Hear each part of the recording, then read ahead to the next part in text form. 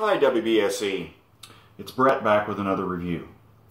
This was kind of spur of the moment. I hadn't planned to do this. I've been out painting on my house and I'm filthy and got my hair all pulled back and everything. But I just got some samples in from a buddy of mine, and I wanted to catch this on tape with my first tasting of AD Law's 4-grain bourbon. Many of you may have not heard of AD Law's, so let me take just a minute and tell you about it. AD Law's is from Denver, Colorado, and they get all of their grain, with the exception of their corn, from Colorado. Their wheat, barley, and their rye is all grown in Colorado. They get all of their corn from either Wisconsin or Minnesota. I think it's Wisconsin. So this 4-grain is 60% corn, 20% wheat, 10% barley, and 10% rye. They claim that, and I'm not a chemist, but they claim that in order to make a good 4-grain whiskey, that each of the grains has a optimal temperature at which to be cooked in the mash. So what they do is they start with the grain that requires the highest temperature, and they start it cooking. And after it's cooked for a bit, they lower the temperature, add the next grain, lower the temperature, add the next grain. Therefore, each grain is added at what they say is the optimal temperature for the cooking.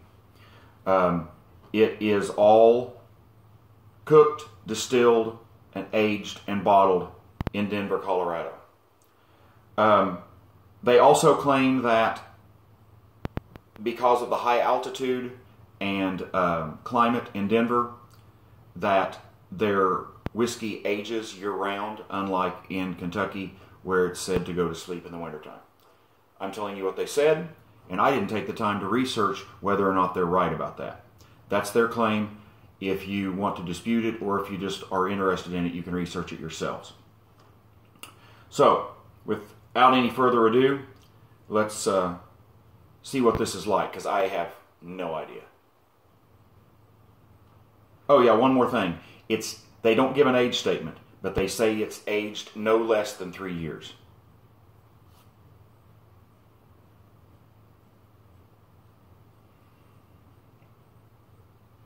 Very interesting. The nose is strong with a lot of malt. I guess that's to be expected, since this has a higher concentration of barley in it than an average bourbon.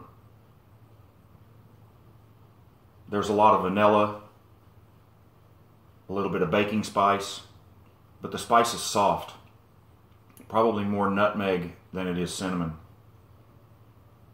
There's a little bit of a licorice note, way more than what I'm normally expecting, especially with a bourbon. In many ways, the nose of this reminds me of a scotch more than it does a bourbon. There's a tiny bit of wood, but it's not as prominent as some of the other things.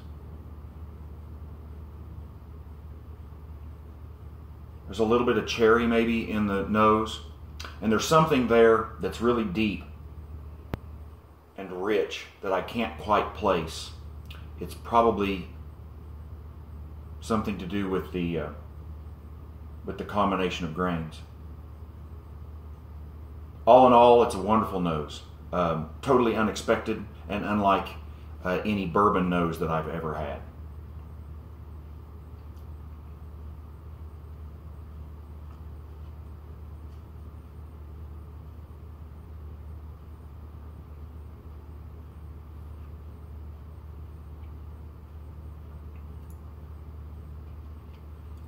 The palate doesn't have a lot of heat on it, but it builds the longer you have it in your mouth. It's not extremely sweet, but it's not extremely spicy. It's a little darker flavor than a typical bourbon. Not nearly as sweet as a typical bourbon, but sweeter than a rye. whiskey. So that's to be expected. It's pretty much in line with what you would expect looking at the mash bill.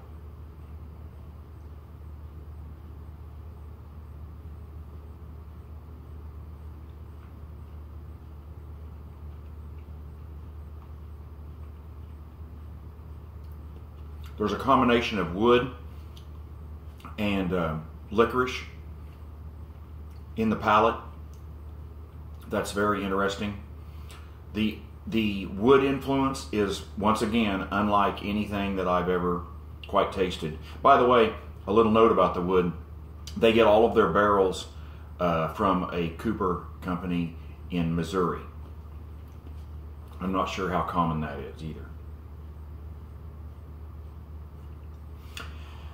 I can't say that this is the best whiskey I've ever had, but it's certainly one of the more cool bourbons that I've ever drank. And it's totally drinkable. This is at full strength. I've not put any water in it.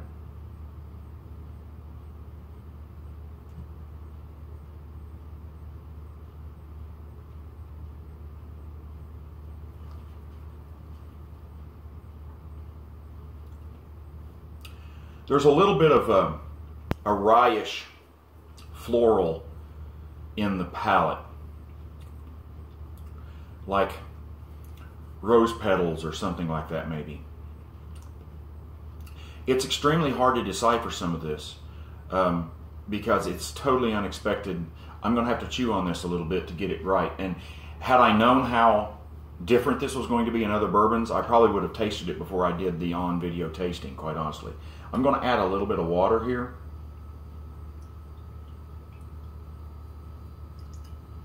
And see what happens. By the way, I'm diluting this a little bit. It is bottled at 95%, or not at 95%. I misspoke. It's bottled at 95 proof. The licorice, nutmeg, a little bit of tobacco comes out more with the water. I don't know why, and this, I don't know. I know nothing about what other people's tasting training and or knowledge is or anything, but a lot of times for me, a licorice and or tobacco note are very close together for me.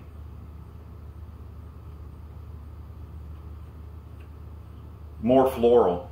The rye comes out stronger to me, and the barley is a little bit more subdued. I'm not getting nearly as much wheat in this as what you would get in a typical wheat mash bill bourbon.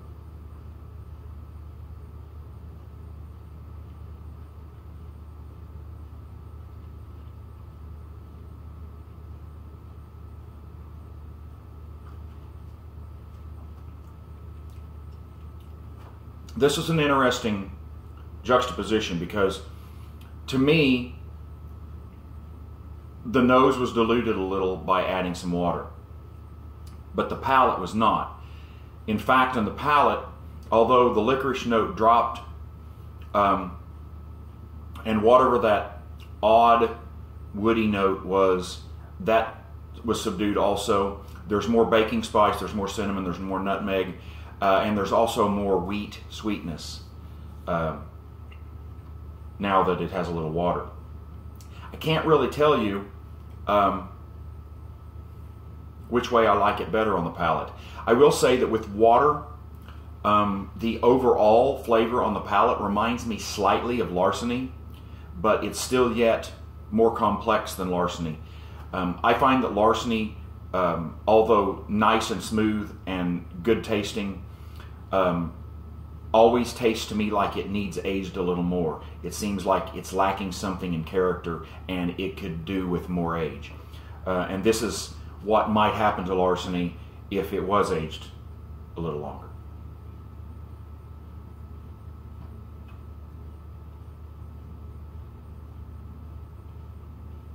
Yeah, definitely tastes like a more traditional bourbon if you add a little water to it. All right, the verdict. I would give this, we use a slightly different scale. Most reviewers use a scale that basically doesn't even start until 70. And that seems kind of useless to us.